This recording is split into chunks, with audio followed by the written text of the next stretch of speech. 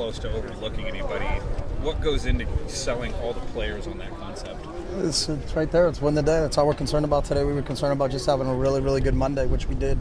I think if you do that, you're losing sight of what our whole operation is all about. It's about making sure that you take care of what you can control. What you can control is your preparation, your effort, and your attitude, and don't worry about the other stuff. So, because it really doesn't mean anything, you got to take care. We get to play one game a week, every week, and we got to make sure we take advantage of it. Because in college football, every single week counts. There's not it's not baseball. It's not another sport where you can afford to have a let up. It's every single week is paramount, and that's what you got to do. So. Computer's bedtime is apparently 6 o'clock, before 6 o'clock. Do we know that now after this week? Nah, it don't mean anything. Don't mean anything at all. You look at Kansas State, they've had 2 really good victories. They beat Oklahoma at Oklahoma. They beat West Virginia at West Virginia. Florida's beaten LSU. They've beaten South Carolina. So it doesn't mean anything. It's the second week or whatever it is, and I don't know how many weeks they do this thing, but the only time it counts is the last week of December. So if you're concerned with it now, it goes back to what I just talked about. Then you're not doing it. You don't have the right approach. And I've seen too many coaches complain about what's going on in October, and then all of a sudden they lose the next week and you're out of it. So, that's not going to happen here. It's not going to happen with these guys. It's not going to happen with this coaching staff. The success you guys had running this past weekend, obviously the offensive line plays a huge role in that, but how do you get the receivers who are so good at blocking under your scheme to buy into that part of the game? It's football, and to be honest with you, I don't understand the question. There's not one position where you can say, hey, I'm not going to compete on this play. And I don't think any other team in the country does that. Hey, it's the run game and you guys play wideouts, so don't worry about it, don't block. Then you're playing, 7 on 11 or 8 on 11 or 9 on 11. It's that, our team competes in everything they do. If I'm a receiver, I got to block. I got to run good routes. I got to do everything. If I'm an offensive lineman, I got to be great at run blocking. I got to be great at pass protection. It's the same thing. So the concept of that, trying to get receivers to block is a difficult thing. I don't understand it. When you're out in the field and you only get X amount of snaps, you better play full speed no matter what we got called. First 20 minutes offensively of that game and defensively, other than the fumble and the touchdown, seemed fantastic from an outsider's perspective. When you watch the tape, did you find anything in those 20 minutes that you want your guys to work on? Oh, there were a lot.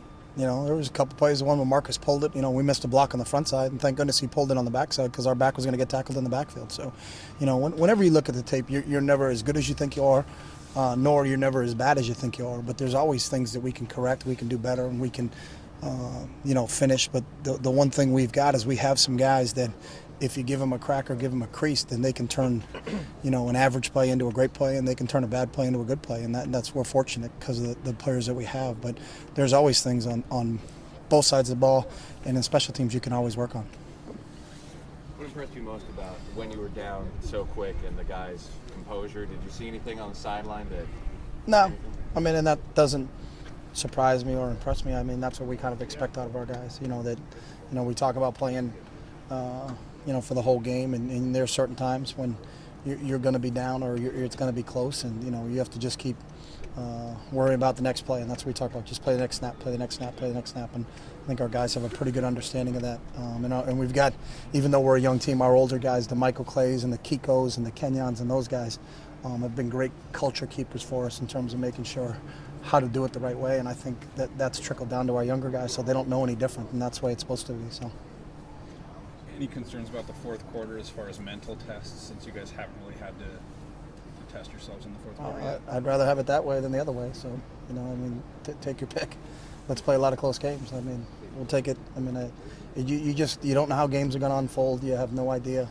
You just play them as they come and adjust as you go. But you can't script it and say, hey, I hope in this game we get to this situation and this happens to us.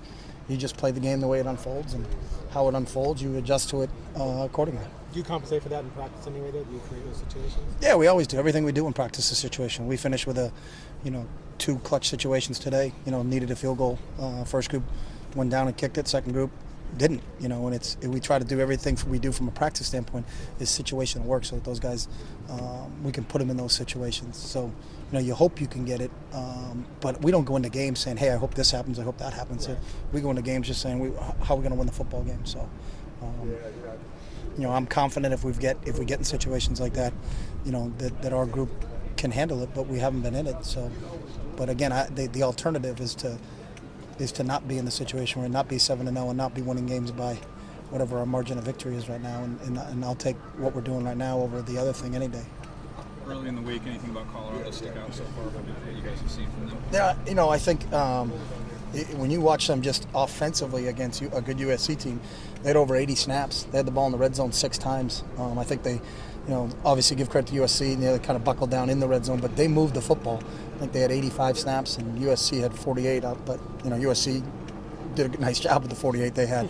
But offensively, they moved the ball a little bit, and that's got to be a concern. And I think Webb does a nice job at quarterback. They got a really, really good tight end, and Nick Casa, who they moved over from defense, who's a big, tough, physical, and can be a matchup problem for you. And they got some receivers that can, sure-handed kids that can go get the ball. So, there's certain things that they do that you got to make sure you have a good week of preparation so that we're prepared for it on Saturday.